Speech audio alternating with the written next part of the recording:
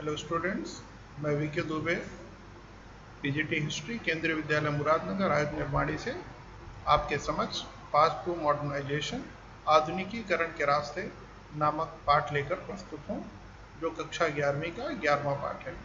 बच्चों, यह वीडियो 3 भागों में विभाजित किया गया है। पहले भाग में चीन और जापान की सांस्कृतिक और भौगोलिक विविधता के विषय में जानकारी दी गई।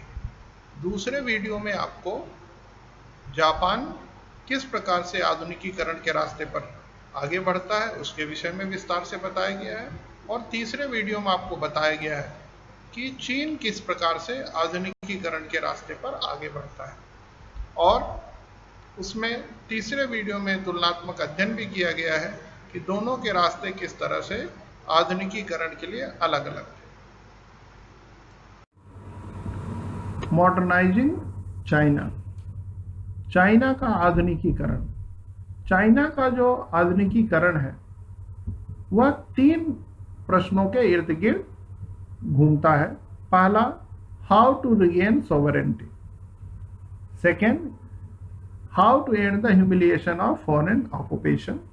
Third, how to bring equality and development. ये 3 प्रश्न हैं चाइना के जो विकास है, जो उसका आधुनिकीकरण है, और इसी ने उसके जो है आधुनिकीकरण के मार्ग को प्रशस्त किया। हाउ टू रिगेन सॉवरेनिटी यानी किस प्रकार से अपनी संप्रभुता को वापस प्राप्त करना, क्योंकि वहां पर विदेशी शक्तियों ने इनके ऊपर अधिकार जमा लिया था, और कैसे उनको जो है अपने देश से बाहर निकालना। और जो समाज में तीसरा जो उनका जो महत्वपूर्ण जो है वो प्रश्न था कि समाज में जो असमानता है, इनइक्वलिटी है, उसको कैसे दूर किया जाए और विकास किया जाए।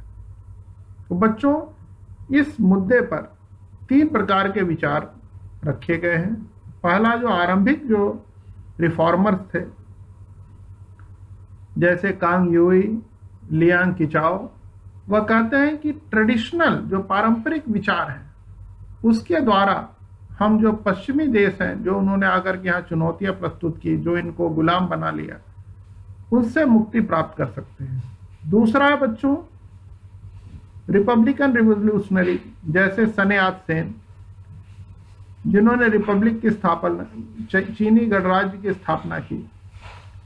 उनका मानना था कि हम जापान और पश्चिमी देशों के विचारों को पालन करके हम चीन को आधुनिकता के रास्ते पर ले जा सकते हैं। तीसरा था कम्युनिस्ट पार्टी ऑफ चाइना। उनका मानना था कि जो समाज में असमानता है, अगर हम उसको दूर कर दें तो हम काफी हद तक सफल हो जाएंगे और हम विदेशी शक्तियों को देश से बाहर निकाल देंगे। इस्टेब्लिशिंग द रिपब्लिक, चीनी गणतंत्र की स्थापना करना। मांचू जो साम्राज्य था उसको 1911 में डॉक्टर sun yat-sen के नेतृत्व में उखाड़ फेंका गया। बच्चों, sun yat-sen के बारे में जानने का प्रयास करते हैं। sun yat-sen एक गरीब परिवार से थे और उन्होंने मिशनरी स्कूल में पढ़ाई की और उन्होंने वहां से लोकतांत्रिक मूल्यों को समझा और वह देश में जो औपनिवेशिक शासन था उसके प्रति बहुत ही चिंतित थे। डॉक्टर sun yat-sen ने सत्ता पर नियंत्रण स्थापित करने के बाद एक कार्यक्रम चलाया जिसके 3 जो है वह सिद्धांत थे।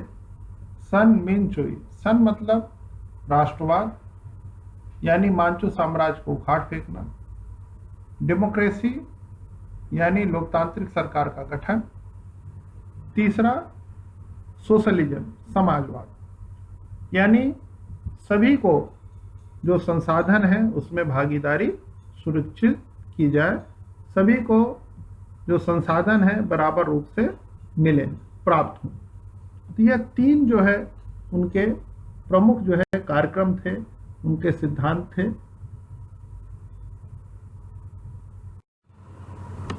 इस्टेब्लिशिंग द रिपब्लिक, गणतंत्र का विकास। बच्चों, जैसे गणतंत्र की स्थापना हुई तो देश में उथल पुथल का जो है माहौल देखने को मिलता है। सबसे पहले जो राष्ट्रवादी थे, जो क्रांतिकारी थे, उनसे कहा गया कि विदेशी शासन को यहाँ से हटाया जाए और समाज में व्याप्त गरीबी और असमानता को दूर किया जाए। जो रिवोल्यूशनरीज थे, उन्होंने, क्रांतिकारियों ने कुछ सुधार जो है वह प्रस्तुत किए, जिसमें एक ही भाषा के इस्तेमाल पर जोर दिया गया। साथ में जो औरतों के पैरों के बांधने की प्रथा थी उसको हटाने की, साथ में औरतों के अधीनस्था और साथ में शादी में बराबरी और गरीबी को दूर करने के लिए प्रस्ताव किया गया और यह सुधार तेजी से लागू किए गए। बच्चों, sun यat-sen के जो विचार थे वह लोगों की 4 बुनियादी आवश्यकताओं से जुड़े थे। पहला क्लॉथिंग, कपड़ा, दूसरा बच्चों फूड, भोजन, तीसरा बच्चों हाउसिंग, मकान, और चौथा ट्रांसपोर्टेशन, यातायात। यही बच्चों जो उन्होंने कुमिनतांग या गुमिनडांग की स्थापना की, यही उसका राजनीतिक आधार या पॉलिटिकल फिलॉसफी था। गुमिनडांग या द नेशनल पीपल्स पार्टी, जिसके यह अध्यक्ष थे, और सीसीपी, चाइनीज कम्युनिस्ट पार्टी, यह 2 बच्चों प्रमुख राजनीतिक दल थे जो देश के अंदर एकता और स्थायित्व लाने के लिए प्रयासरत थे, जिसके विषय में हम आगे पढ़ेंगे। यानी चीन में यह 2 प्रमुख शक्तियां थी, एक कुमिनतांग जिसका नेतृत्व sun यat-sen ने किया, और चाइनीज कम्युनिस्ट पार्टी जिसका नेतृत्व माओ ने किया। कुमिनतांग, sun यat-sen की मृत्यु के बाद चियांग काई-शेक कुमिनतांग का प्रमुख नेता बनकर के उभरा और उन्होंने जो क्षेत्रीय नेता थे, जो वार लॉर्ड्स थे और जो कम्युनिस्ट पार्टी थी, उसके खिलाफ इन्होंने अभियान चलाया। उन्होंने महिलाओं में 4 प्रकार के सद्गुण बढ़ाने पर जोर दिया। पहला था सतीत्व, दूसरा है रूप, तीसरा वाणी और चौथा कार्य। उन्होंने महिलाओं को घरेलू कार्यों तक ही सीमित रखने का प्रस्ताव किया। चियांग काई-शेक,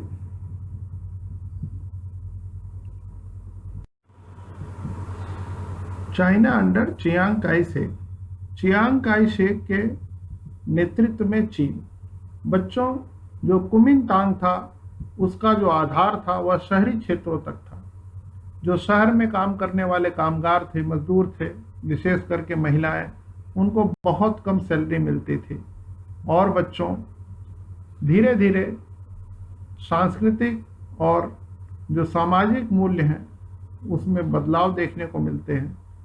इस दौरान गांधी जी, मुस्तफ़ा कमाल पाशा जैसे जो विचारक थे, उनके भी विचारों को चीन में फैलाया गया।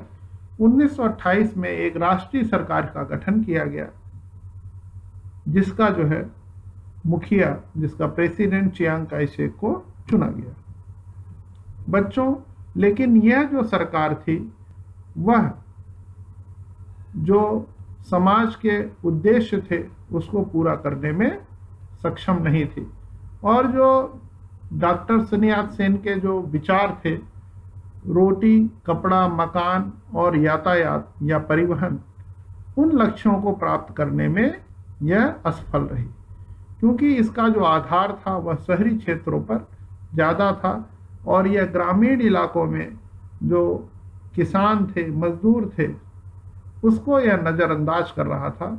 इस कारण से बच्चों, समाज में बहुत ही असमानता व्याप्त थी। बच्चों, चियांग काई-शेक ने इन सभी समस्याओं से उबरने के लिए उसने सैन्य शक्ति का प्रयोग किया, जिससे मामला और भी खराब हो गया और उसने चीन में एक नए दल के उदय के लिए मार्ग प्रशस्त किया, जिससे लोगों की आकांक्षाएं उस नए दल की तरफ आकर्षित हो गई, जो था Chinese communist party, CCP। Rise of Chinese communist party.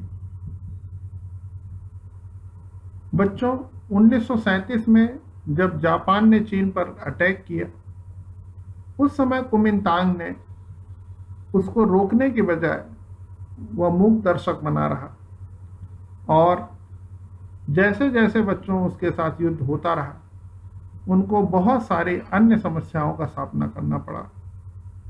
जो ग्रामीण इलाके थे वहाँ विशेष करके आर्थिक असमानता ज़्यादा देखने को मिले। जो बुनियादी चीज़ें थी उनकी कीमतों में बेतहाशा वृद्धि हो रही थी, और 25% की दर से वृद्धि हो रही थी। साथ में जो ग्रामीण इलाके थे उसमें दो तरह के चुनौतियां, क्राइसिस देखने को मिल रही थी। पहला इकोलॉजिकल, पर्यावरणीय थे बच्चों। जो मृदा थी उसकी उपजाऊपन कम हो रही थी, वनों को बड़ी तेजी से काटा जा रहा था, और बार बार बाढ़ आ रही थी। दूसरा जो समस्या थी वह थी सोशियो इकोनॉमिक। जो लैंड टेनर सिस्टम था वह बहुत ही एक्सप्लॉयटेटिव था, बहुत ही शोषणकारी था। साथ में जो कर्जे की समस्या थी, और जो कृषि का जो प्राचीन तरीका था, इससे बहुत सारी समस्याएं थी। बच्चों, बैंकिंग सिस्टम का ज़्यादा विकास नहीं हुआ था, इसलिए ग्रामीण इलाकों में गरीबी अपने चरम पर थी। बच्चों, चीनीज कम्युनिस्ट पार्टी का गठन 1921 में रूसी क्रांति के बाद हुआ। जो सोवियत यूनियन था, जो रूसी क्रांति के बाद जो नया देश बना, वह सोवियत यूनियन के नाम से या यूएसएसआर के नाम से जाना जाता है। इन्होंने कम्युनिज्म को बढ़ावा दिया, जो साम्यवाद था उसको बढ़ावा दिया। और बच्चों, जो साम्यवाद था, अगर हम रूसी साम्यवाद की बात करें तो यह शहरी जो मजदूर हैं उनको एक क्रांतिकारी शक्ति के रूप में देखता है। यानी जो रूसी साम्यवादियों का मानना था कि किसी भी देश में क्रांति जो शहरी क्षेत्र में रहने वाले मजदूर हैं, कामगार हैं, वह लाते हैं। जबकि जो चीनी कम्युनिस्ट पार्टी है उसके जो मुखिया हैं माओ जेडोंग, उनका मानना था कि चीन में क्योंकि औद्योगिकरण नहीं है, इसलिए जो क्रांतिकारी फोर्स है, जो क्रांतिकारी सेना है, वह मजदूर कामगार नहीं होंगे बल्कि किसान होंगे। तो इस तरह से दोनों में बहुत ही फर्क आपको देखने को मिलेगा। जो रूसी साम्यवाद है और जो चीनी साम्यवाद है, एक तरफ कामगारों को क्रांतिकारी शक्ति के रूप में देखा जा रहा है, यहां पर किसानों को क्रांतिकारी शक्ति के रूप में देखा जा रहा है। बच्चों, उन्होंने जो चाइनीज कम्युनिस्ट पार्टी है उसको एक महत्वपूर्ण राजनीतिक शक्ति के रूप में उबारा, उसको नेतृत्व दिया, और अंततः उन्होंने कुमिनतांग को पराजय करने में सफलता हासिल की। माओ जेडोंग। लॉन्ग मार्च 1934 से 1935। बच्चों, जैसा हमने पहले देखा कि कुमिनतांग ने सैन्य शक्ति का उपयोग करके और जो वारलॉर्ड थे और साथ में जो कम्युनिस्ट थे उनके खिलाफ उन्होंने सैन्य अभियान चलाया। माओ ने अपना जो कैंप था वह जियांगसी या कियांगसी बोला जाता है, वहां पर 1928 से 1934 तक उन्होंने अपने आप को स्थापित किया और कुमिनतांग के हमलों से बचाया। उन्होंने बच्चों एक किसानों की सोवियत बनाई, एक समूह बनाया, और बड़ी मात्रा में उन्होंने जमीनों को प्राप्त करके उसको उन्होंने समाज के जो कृषक थे उसमें बराबर बांट दिया। साथ में उन्होंने जो महिलाओं की समस्या थी उसको भी उन्होंने समझा। उन्होंने देखा कि जो महिलाएं हैं उनको किन समस्याओं से गुजरना पड़ता है। तो धीरे धीरे उनके इन कारणों से जो माओ हैं वह काफी प्रसिद्ध हुए। इससे घबरा करके जो कुमिनतांग है उन्होंने अपनी सेना को भेजा। उस सेना से बच्चों अपनी रक्षा करने के लिए कियांगसी इस स्थान से बच्चों उनको 6000 मील दूर इस रास्ते को फॉलो करते हुए वह यनान के लिए जाते हैं। इस दौरान रास्ते में बच्चों जो ये साम्यवादी दल है, चाइनीज कम्युनिस्ट पार्टी है, तरह तरह के कार्यों को करती है। जो बंजर थी उसको सुधार करते जाते हैं और वहां के लोगों को उसको सुपुर्द करते जाते हैं, देते जाते हैं। जो जंगली इलाके थे उनको साफ कर देते हैं। इस तरह से बड़ी मात्रा में जो वहां के लोग हैं उनकी मदद करते हैं। इसी घटना को लॉन्ग मार्च के नाम से जाना जाता है।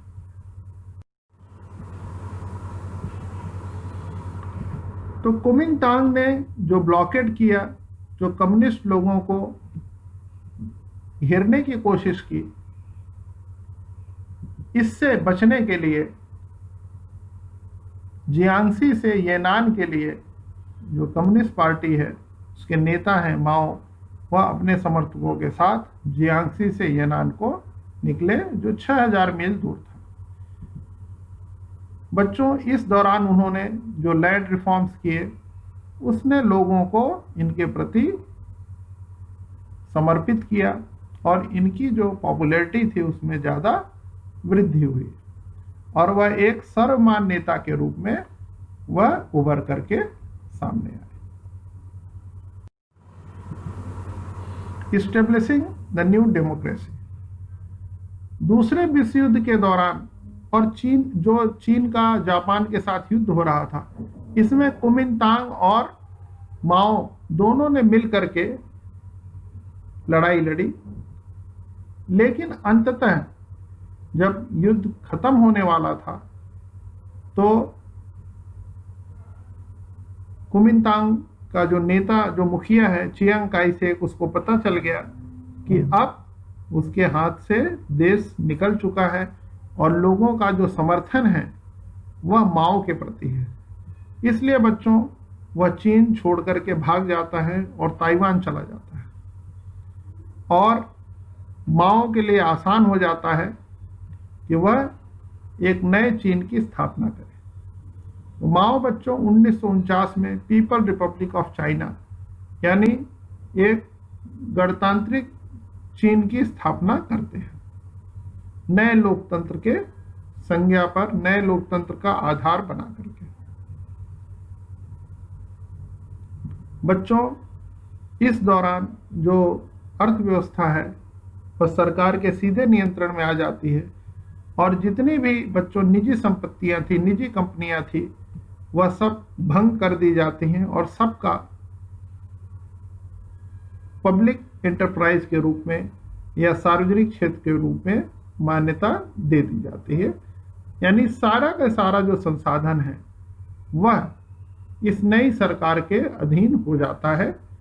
यानी जितनी भी संपत्ति है वो निजी क्षेत्र से सार्वजनिक क्षेत्र यानी सरकारी क्षेत्र की बना दी जाती है। Great leap forward movement. बच्चों ग्रेट लीप फॉरवर्ड, लंबी छलांग, 1958 में इस प्रोग्राम को चलाया गया। इसका उद्देश्य था कि तेजी से औद्योगिकरण किया जाए। लोगों को प्रोत्साहित किया गया कि अपने घरों में वह लौह इस्पात गलाने की फैक्ट्रियां लगाएं और जो ग्रामीण इलाके हैं बच्चों वहां पर उनको समन्वित खेती करने पर बल दिया गया, जिससे सामूहिक कृषि हो, जिससे उत्पादन में वृद्धि हो। और बच्चों माओ ने ज्यादा से ज्यादा लोगों को अपने इस जो है अभियान में जोड़ा। उनका जो मेन उद्देश्य था कि एक समाजवादी जो है व्यक्ति की स्थापना हो जो देश के प्रति समर्पित हो और साथ में विज्ञान और सार्वजनिक संपत्ति में वृद्धि हो। बच्चों, जो कम्यून सिस्टम था धीरे धीरे उसमें सुधार किया गया और यह भी देखने में आया कि जो लोगों ने अपने घर के पास जो लोहा गलाने की फैक्ट्रियां लगाई थी, जो भट्टियां लगाई थी, वह लोहा उस उच्च कोटि का नहीं है जैसा उद्योगों में उसकी आवश्यकता है। तो ग्रेट लीप फॉरवर्ड मूवमेंट, जो लंबी छलांग का आंदोलन था, कहीं न कहीं बच्चों अपने उद्देश्य को पूरी तरह प्राप्त करने में सफल नहीं हो सका। माओ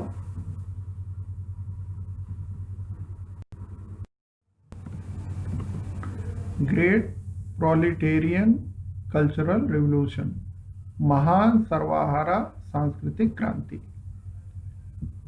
बच्चों, ये जो सर्वहारा वर्ग द्वारा सांस्कृतिक क्रांति की गई, इसकी शुरुआत 1965 में होती है। इसका जो प्रमुख उद्देश्य था वह था कि जो पुराने विचार हैं, जो पुरानी आदतें हैं, जो पुरानी संस्कृति है, उसके खिलाफ संघर्ष किया जाए। यह बच्चों अपने आलोचकों का सामना करने के लिए शुरू की गई थी, जिसमें पुरानी संस्कृति, पुराने रिवाजों और पुरानी आदतों के खिलाफ अभियान छेड़ने के लिए रेड गार्ड्स, जिसमें छात्र और सेना शामिल थे, उनका इस्तेमाल किया गया और साथ में छात्रों और पेशेवर लोगों को जनता से ज्ञान हासिल करने के लिए ग्रामीण इलाकों में भेजा गया। बच्चों, इसमें पेशेवर ज्ञान से ज़्यादा महत्वपूर्ण था विचारधारा महत्वपूर्ण था और बच्चों दोषारोपण और नारेबाजी ने तर्क संगत बहस का स्थान ले लिया। इससे बच्चों जो ये सांस्कृतिक क्रांति की गई, इससे अर्थव्यवस्था को गंभीर नुकसान हुआ, शिक्षण व्यवस्था को भी उसने प्रभावित किया। बच्चों, सांस्कृतिक क्रांति से जो खलबली का दौर शुरू हुआ, उससे पार्टी के साथ साथ अर्थव्यवस्था और शिक्षा व्यवस्था बुरी तरह से प्रभावित हुई। बच्चों, सांस्कृतिक क्रांति के बाद एक बार फिर जो पार्टी है वह अनुशासन और जो अर्थव्यवस्था है उसकी बात करती है। ये हमें सुदृढ़ अर्थव्यवस्था बनानी चाहिए। Reforms from 1978 and Deng Xiaoping. बच्चों, डेंग जियाओपिंग ने अपनी पार्टी पर पकड़ मजबूत रखने के लिए एक सोशलिस्ट मार्केट इकोनॉमी का सुझाव दिया। उन्होंने अपनी पार्टी के 4 लक्ष्यों को घोषित किया। 4 सूत्री जो है आधुनिकीकरण का जो है, उन्होंने 4 सूत्र जो है बताए। यह था विज्ञान, उद्योग, कृषि और रक्षा का विकास। बच्चों, पार्टी से सवाल जवाब न करने की हद तक बहस की इजाजत दी गई और इसमें कुछ लोगों ने क्लेम किया, कुछ लोगों ने मांग की कि जब तक लोकतंत्र नहीं स्थापित होगा तब तक आधुनिकीकरण की मांग बेमानी है। बच्चों, आधुनिकीकरण और लोकतंत्रों की मांग के लिए, जो लोकतंत्र की स्थापना है उसकी मांग के लिए, बच्चों लोकतांत्रिक व्यवस्था की मांग के लिए प्रदर्शन शुरू हो गए और ऐसा ही एक प्रदर्शन बच्चों विद्यार्थियों द्वारा तिएनमेन स्क्वायर पर किया गया, तिएनमेन चौक पर किया गया, जिसको सरकार ने बुरी तरह से बच्चों कुचल दिया और जो खुलेपन का ये जो विचार था, सु शाओजी जो खुलेपन का जो विचार था, वह बच्चों उसको कहीं न कहीं कुचल दिया गया। पूरी दुनिया में इसकी जो है आलोचना की गई और फिर से चीन में एक नए सुधारों की मांग पकड़ने लगी। बच्चों, इसके बाद चाइना जो चीन है बड़ी तेजी से विकास के पथ पर अग्रसर होता है, लेकिन फिर भी बच्चों वह इस दुविधा में है कि कौन सा मार्ग उसको जो है आधुनिकीकरण के लिए चुनना चाहिए। क्या पश्चिमी देशों की तरफ उसको जो है झुक जाना चाहिए या अपने पारंपरिक ज्ञान पर उसको केंद्रित रहना चाहिए। बच्चों, समय के साथ जो चीनी जो विचार हैं, जो कन्फ्यूशियस के विचार हैं, उसकी तरफ झुकाव बढ़ता हुआ दिख रहा है। The story of Taiwan, Taiwan का किस्सा। बच्चों, 1949 में चीनी साम्यवादी दल चाइनीज कम्युनिस्ट पार्टी के द्वारा पराजित होने पर चियांग काई शेक चीन से भाग करके ताइवान पहुंच गए, साथ में अपने साथ बड़ी मात्रा में धन लेकर के गए। बच्चों, जो ताइवान है वह 1894-95 में चीनियों और जापानियों का जो युद्ध हुआ था उसमें चीन हार गया था और वह जापान का हिस्सा बन गया था। लेकिन कायरो डिक्लेरेशन और पोट्सडैम प्रोक्लेमेशन के बाद बच्चों वह दोबारा से चाइना को दे दिया गया। तो चियांग काई शेक के नेतृत्व में कुमिनतांग ने वहां पर एक सरकार की स्थापना की। और बच्चों, चियांग काई शेक ने जिस प्रकार से चीन में सैन्य ताकत के दम पर नियंत्रण स्थापित किया था, वही उन्होंने ताइवान में भी किया। यहाँ पर जो पॉलिटिकल अपोजिशन था और फ्रीडम ऑफ स्पीच, दोनों पर जो है उन्होंने उनको बैन कर दिया, उनको रोक लगा दी और जो स्थानीय लोग थे उनको पदों से हटा दिया गया। और बच्चों, उन्होंने लैंड रिफॉर्म्स, जो भूमि सुधार थे, उसको लागू किए, जिससे वहाँ की जो आर्थिक हालात थे उसमें वृद्धि हुई, साथ में अर्थव्यवस्था को भी उन्होंने तेजी दी। दूसरा बच्चों, टू रोड्स टू मॉडर्नाइजेशन। अगर हम देखें, चीन और जापान दो पड़ोसी देश हैं जहां इन्होंने दो अलग अलग रास्ते चुने अपने आधुनिकीकरण के लिए। जापान अपने इस रास्ते के द्वारा अपनी स्वतंत्रता को सुरक्षित रखने में सफल रहा, वहीं चीन ने बच्चों जो अपनी परंपराओं थी उसको त्याग दिया और राष्ट्रीय एकता और अखंडता के लिए उन्होंने बहुत ही संघर्ष किया और बहुत मूल्य चुकाए। अंततः बच्चों, चाइनीज कम्युनिस्ट पार्टी जो चीनी साम्यवादी दल है, उसने वहाँ पर आवश्यक बाजार के सुधार किए और चीन की जो अर्थव्यवस्था थी उसको उसने आगे बढ़ाया। लेकिन वहाँ का जो राजनीतिक तंत्र है, जो पॉलिटिकल सिस्टम है, वह अभी भी गंभीर नियंत्रण में है। तो बच्चों, दो अलग अलग रास्ते हैं। एक अपने परंपराओं को, जहाँ जापानी अपने परंपराओं के साथ जो है वो जिए, वहीं चीन ने इसका त्याग दिया। हालांकि देखने में आ रहा है कि चीन पुनः अपनी परंपराओं को रिवाइव कर रहा है, उसको पुनर्जीवित करने का प्रयास कर रहा है।